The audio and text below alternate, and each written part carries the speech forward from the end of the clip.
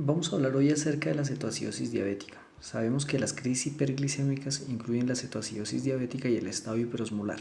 Ambos son trastornos metabólicos extremos asociados a la diabetes tipo 1 y a la diabetes tipo 2 en aquellos pacientes que no están controlados metabólicamente. Estas emergencias endocrinas amenazan la vida y exigen una evaluación clínica y un laboratorio rápido y con una supervisión repetida para la corrección de básicamente 3 elementos claves, lo que es la hipovolemia, la acidemia, la hiperglicemia, la cetonemia y los trastornos hidroelectrolíticos asociados. Entonces es una urgencia médica, como sabemos, cetoacidosis diabética y estado hiperosmolar. Respecto a la epidemiología, nosotros podemos determinar que la mortalidad por estado hiperosmolar es mayor que por cetoacidosis diabética. Por estado hiperosmolar, la mortalidad varía entre el 10 al 20%, mientras que por cetoacidosis diabética puede oscilar entre 1 y el 5% de aquellos pacientes que ingresan al servicio de urgencia o a una unidad de cuidado intensivo. Los estudios basados en poblaciones estadounidenses informan que la incidencia anual de cetoacidosis diabética oscila entre 4 y 8 episodios por cada 1000 pacientes diabéticos, con una duración de hospitalización más o menos de 3.6 días. Las crisis hiperglicémicas a menudo requieren de un manejo crítico de la atención y se asocian con costos significativos de la atención médica, de la morbi y la mortalidad. Entre los adultos, como ya se sabe, pueden ocurrir 2 millones de nuevos casos al año y la mortalidad varía entre 1 al 5% de los casos, como ya lo habíamos dicho previamente. La mortalidad por estado hiperosmolar es aún mayor, pero esta sí tiene una incidencia un poco más corta, solamente del 1% de los pacientes que son ingresados a urgencias. Dentro de la fisiopatología, pero antes de hablar un poco de la fisiopatología, recordemos que la infección es la causa más común de cetoacidosis diabética en todo el mundo. Sin embargo, la adherencia y la deficiencia y la no adherencia al tratamiento es uno de los desencadenantes más importantes a tener en cuenta. Según un informe reciente de un hospital de Atlanta, la descontinuidad del tratamiento representó el 56% ¿sí? de los pacientes con su primera y 78% de los pacientes con múltiples episodios de cetoacidosis diabética. Dentro de la fisiopatología, nosotros entendemos que la hiperglucemia y la acumulación de cuerpos cetónicos son el resultado de una deficiencia relativa o absoluta de insulina y que un exceso de hormonas contrarreguladoras como el glucagón, cortisol, catecolaminas y hormonas de crecimiento. La distribución de los niveles de insulina combinada con el aumento de las hormonas contrarreguladoras, particularmente la epinefrina, provocan una activación de la lipasa sensible a hormonas en el tejido adiposo y a la descomposición de los triglicéridos en glicerol y ácidos grasos libres. En el hígado, los ácidos grasos libres, como ustedes saben, se oxidan a cuerpos cetónicos en un proceso estimulado por el glucagón. Los dos cuerpos principales que se van a tener de esta degradación será el acetoacetato y el beta-hidroxibutirato, mientras que la acumulación de los cuerpos cetónicos conduce a una disminución en la concentración del bicarbonato sérico y que esto va también a aumentar la acidosis metabólica. Los niveles más altos de insulina como tal en el estado hiperosmolar inhiben esa cetogénesis y limitan por consiguiente la acidosis metabólica. Cuando la insulina es, no sé cómo explicar, deficiente, la hiperglicemia se desarrolla en 3 procesos fundamentales. Habrá un aumento de la gluconeogénesis, de la glucogenólisis acelerada y de la alteración de la glucosa por parte de los tejidos periféricos. La hiperglucemia también va a inducir una diuresis osmótica que va a conducir a una hipovolemia significativa, a una disminución de la tasa de filtración y a una acentuación por consiguiente de la hiperglucemia. Es lo mismo, como pueden observar acá, habrá un déficit de insulina y habrá un aumento de hormonas contrarreguladoras. Entonces la cetoacidosis diabética se puede decir que cumple 4 características fundamentales. Habrá acidosis metabólica, un anion gap elevado.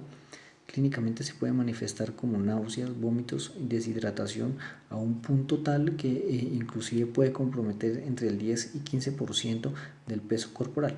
Y en estadios ominosos se puede presentar respiración de Kussmaul como un modo compensatorio para contrarrestar pues, la acidosis metabólica.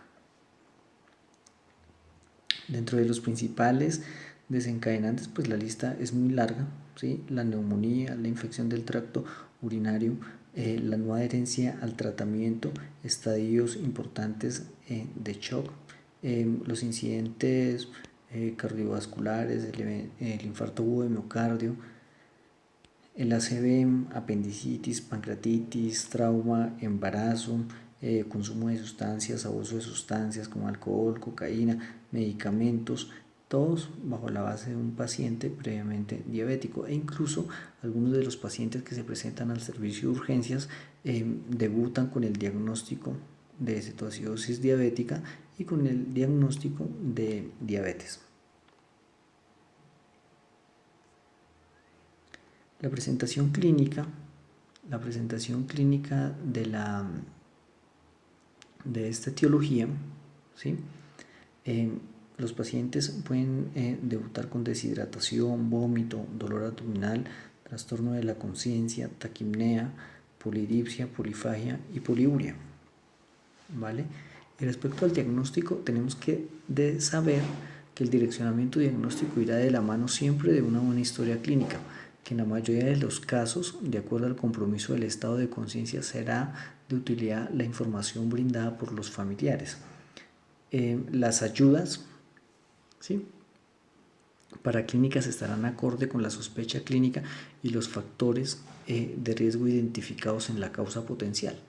Los pacientes con cetoacidosis diabético a menudo presentan con fatiga, síntomas clásicos, como ya lo habíamos dicho, las 3 P's, pero al examen físico los pacientes a menudo presentan signos de deshidratación, membranas mucosas secas, mala turgencia de la piel, taquicardia, hipotensión asociado a la hipovolemia.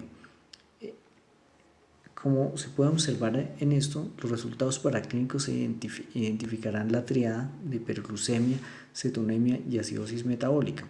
La ADA clasifica la cetoacidosis diabética en leve, moderada o severo, y el compromiso se basará pues, en el grado del pH, en la relación que existe entre el pH, ¿vale? La alteración del estado de conciencia, la presencia elevada de glicemia y los niveles de bicarbonato. Entonces aquí lo pueden clasificar en leve, moderada y severa, mientras que el estado hiperosmolar básicamente se caracterizará porque tiene una osmolaridad superior a los 320, ¿vale? Ahora bien, es importante conocer que dentro de esta etiología pues puede haber una deficiencia de electrolitos. Básicamente puede existir un potasio falsamente elevado, se puede encontrar normal o se puede encontrar bajo, dependiendo pues de los síntomas que el paciente presente. Puede estar bajo cuando el paciente tiene emesis. Ocurrirá también una hiponatremia dilucional, ¿listo? Puede ocurrir una hiponatremia dilucional, y respecto a los electrolitos habrá que hacer una corrección del potasio previo al inicio de la insulina. Eso es un punto fundamental a tener en cuenta. Entonces acá nosotros conocemos que en menos del 1% de los casos puede ocurrir cetoacidosis diabética en pacientes normoglucémicos, y una población a tener en cuenta en estas condiciones serán las mujeres gestantes. ¿Ok? Existen diferentes fórmulas que nos sirven para calcular, que nos sirven para orientarnos dentro del diagnóstico y tratar de diferenciar las dos etiologías. La primera es el anion gap, ya sabemos, la única entidad que cursa con anion gap elevado es la cetoacidosis diabética, y para eso pues, está la siguiente fórmula, donde el anion gap se calcula con una diferencia entre el sodio menos el cloro más el bicarbonato. ¿Ok? Y acá se puede también mirar la fórmula de la osmolaridad. En este caso calcularemos la osmolaridad efectiva como un producto entre el sodio, 2 veces el sodio más la glucosa sobre 18. Respecto a los principios generales en el tratamiento, pues el objetivo del tratamiento incluye descubrir y controlar la causa subyacente, reemplazar el volumen de líquidos, resolver la cetonemia, corregir la acidosis metabólica, mejorar el estado mental, optimizar la perfusión renal, reponer los electrolitos, manejar las complicaciones, ¿listo? Identificar la etiología, como ya lo habíamos dicho anteriormente, y durante la evaluación inicial se debe establecer un acceso intravenoso para la reanimación. El pH y los electrolitos se deben vigilar básicamente cada 2 horas hasta que el bicarbonato y el anión GAP hayan normalizado, y como más adelante nombraremos cuáles son los criterios para la resolución de esta noxa patológica.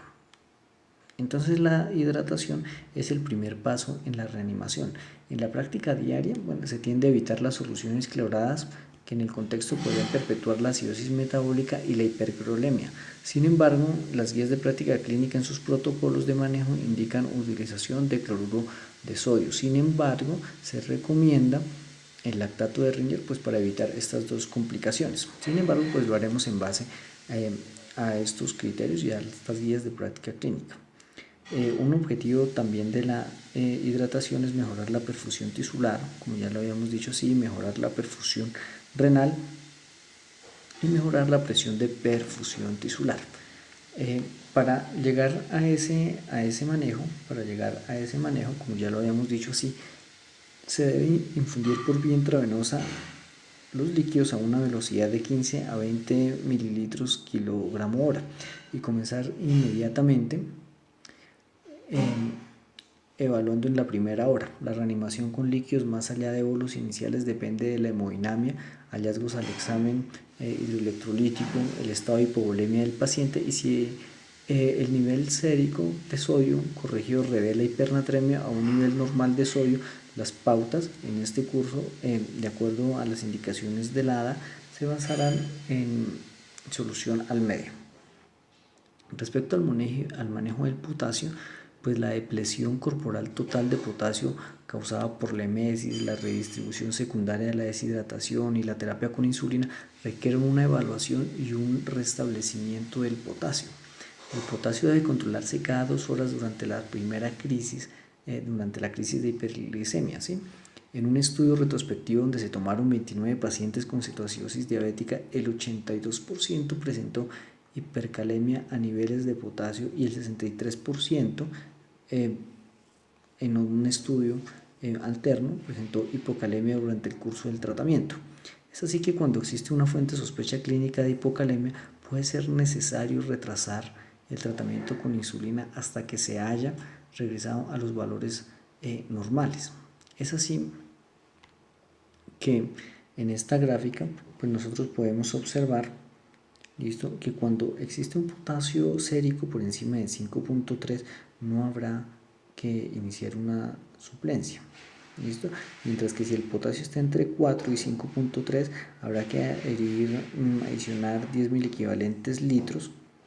Cuando está entre 3.5 y 4 considerar que se debe iniciar 20 miliequivalentes por litro, ¿vale? Pero cuando este está menor a 3.5 habrá que retrasar entonces el manejo de insulina hasta no corregir, y consideraremos que se puede iniciar infusiones un poco más altas para mantener los 20 a 60 miliequivalentes litro por hora. El electrocardiograma es una pieza fundamental incluso en aquellas ocasiones en las que no se encuentra rápidamente o no tenemos un resultado rápido de los niveles de electrolitos, y evaluaremos en el electrocardiograma una parte de la monitorización hidroelectrolítica. Entonces encontraremos los signos asociados a la hipocalemia, como la disminución de la amplitud de la onda P, la depresión del ST, el PR alargado, el QT alargado, perdón, las ondas U prominentes y el QRS con aumento de su duración. Respecto al manejo de la insulina, en este paso pues es algo fundamental. La insulina es el pilar principal de la terapia de la cetoacidosis diabética porque reduce la glicemia sérica al inhibir la producción endógena de glucosa y aumentar el uso periférico de la misma. La infusión intravenosa continua de insulina regular es el tratamiento de elección y la mayoría de los protocolos de tratamiento recomiendan una administración en bolo de 0.1 unidades por kilo de peso corporal seguida de una infusión continua de 0.1 kilo por hora hasta que la glucosa sanguínea sea de aproximadamente 200 miligramos decilitros y nosotros debemos mantener una meta entre 150 y 250 pues para tener un rango terapéutico y un rango de seguridad que podamos monitorizar. En este punto la dosis se reduce más o menos a la mitad a 0.05 unidades kilo por hora y la tasa de ajuste será de 0.02, ¿vale? Junto con la adición de dextrosa al 5% para mantener las concentraciones de glicemia entre 150 y 200 hasta la resolución de la cetoacidosis. Entonces, como tal, en resumen, la insulina evita la lipólisis, evita la secreción de glucagón, utiliza la glucosa por los tejidos, disminuye la osmolaridad y disminuye la acidosis y el anión GABA. Estos son los regímenes de insulina anteriormente nombrados. ¿Listo? 0.1 unidades kilo bolo se iniciará así. Como tal, pues la insulina debe disminuir entre el 50 y el 70 y en 70 miligramos hora, ¿sí? Si no ocurre, pues habrá que pensar en que existe resistencia a insulina, ¿ok? Y las metas, ya lo habíamos dicho, entre 150 y 200 miligramos. Estos son los regímenes de insulina endovenosa y como tal habrá que evitar la hiperglicemia y la acidosis de rebote en pacientes que no pueden comer. Hay que mantenerlo hasta la resolución de la cetoacidosis diabética y se estima que más o menos esto puede ocurrir que la eliminación de la cetonemia puede ocurrir entre 24 y 36 horas. ¿Okay? Respecto al bicarbonato, pues el bicarbonato, las pautas A de 2009 recomiendan que para un pH menor a 6.9 se debe usar.